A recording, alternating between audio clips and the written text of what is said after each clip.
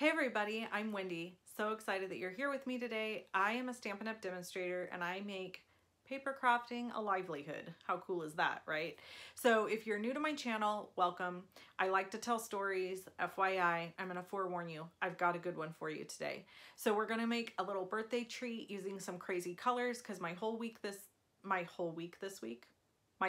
this week is focused on using crazy color combinations.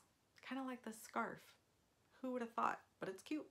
All right, let's go over to my stamp table.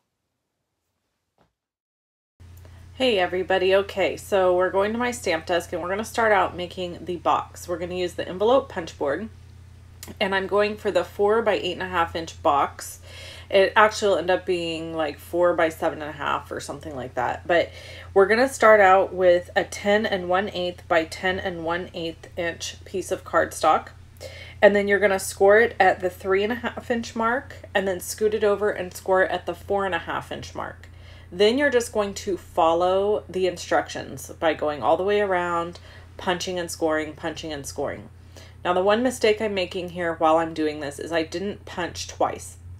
I should have punched at the first score line and the second score line. So you'll see that I have to go around and fix that and redo that. You have to punch at both sides because that's what's making your little tab for you to trim in and cut. So I'm continuing to punch here and get all my corners ready, and then we are just going to fold on all the score lines. Now this little box could be used for lots of different things. You could make a really fun 3D card to go inside of it, or you could fill it with like Hershey's candy bar, or I don't know, use your imagination. There's lots of things that could probably fit in this box. We're going to trim in on the top side of these tabs. It took me a minute to look at them and realize where I wanted to cut them because I want this envelope or this box to open from the top, not meaning I want it to stand up and the skinny side be the opening side, if that makes any sense at all. And then we're going to assemble. Now I want to trim off a little bit of one side of these because I don't want a point overlapping on the back of the box. So I'm going to trim that off, and then that will prepare this for all the other pieces. Then you're just going to add tear and tape adhesive, and you're going to close the box up this way. So we need a piece of tear and tape adhesive here. I'm going to put a little bit of tear and tape adhesive down here on the bottom where it's going to adhere to. And then I'm going to put a little bit of tear and tape adhesive on the corner of the other side where it's going to close. And I'm just going to remove the backing paper here and then close up the box. And then we're going to decorate the box. So story time. And we're going to go back and forth between project and story. So just be prepared for that.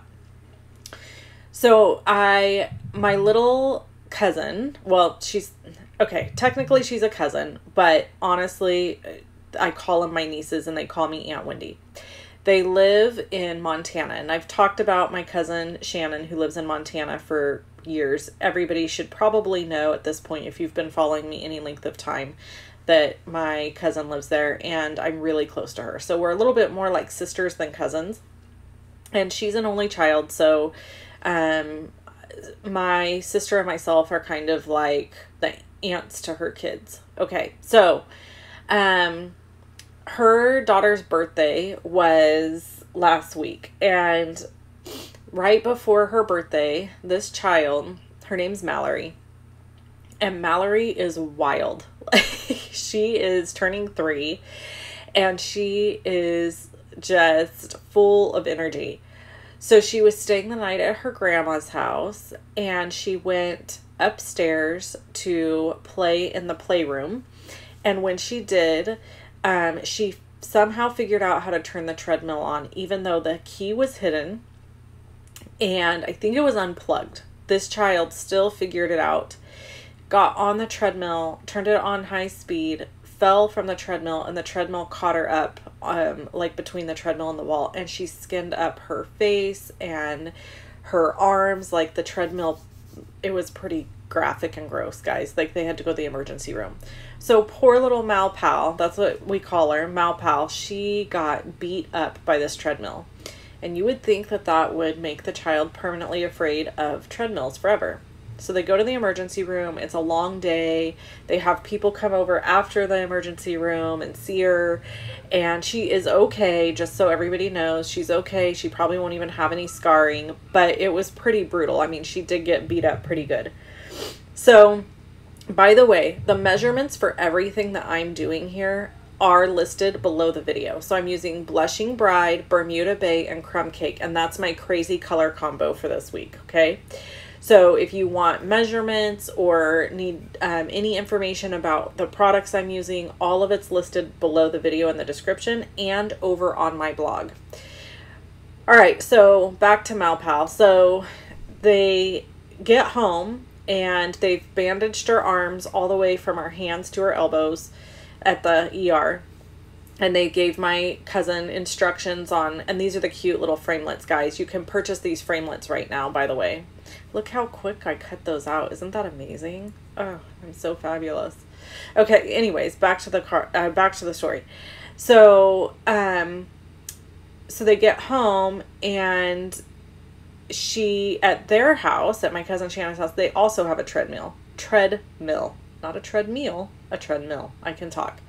So she goes in and she like just is hanging out in the house for a little bit. And then she goes in and gets on their treadmill. I mean, it wasn't turned on and it was unplugged. Like they take all the precautions. But can you believe that? Like, I couldn't believe it when my cousin told me. I'm like, you've got to be kidding me. You would think the child would be traumatized and never go near one again. She is definitely what we call in my family a rounder. I don't know if that means anything to anybody else out there in Facebook, I mean, in YouTube land. But in my family, we use the term, oh, she's a rounder. And that means like somebody who's just wild. They are into everything and busy and don't stop. And I don't know, that's just a term from my family. So anyway, I told my cousin, I don't think it's going to be your last trip to the ER with this one. Her other daughter, Kinsley, who I adore as well, she is definitely not like that. She is a much more studious child. She's a very thoughtful and careful, kind of like my daughter. And she doesn't have that crazy, like, I don't know what you call that crazy thing where it's like, throw caution to the wind, no fear, just gonna see what happens. And I blame it all on my Aunt Linda. I think that Mallory gets her craziness from my aunt because my aunt is kind of a wild woman. So just willing to try anything, do anything, doesn't care, not worried about the consequences. I'm sure you all have people like that in your life. God bless you if you have children that are like that. I have one child and she is not like that, and I thank the heavens above for it. Okay, that's the cute project. I hope you enjoyed the little story today, and I would love to hear comments from you guys about what you would put in this box because it's adorable and it needs to be filled with something, right? So that's that. Okay, if you would like to see other videos from me, you can click on either one of the images that you see here. You can click on the circle with my face in it to subscribe to my channel. You can also shop with me at shopluvinstampin.com. Celebration is still going on, which is an awesome promotion that runs through March 31st, and you get free products when you purchase $50 or more. Thanks for tuning in, and I'll talk to you again soon.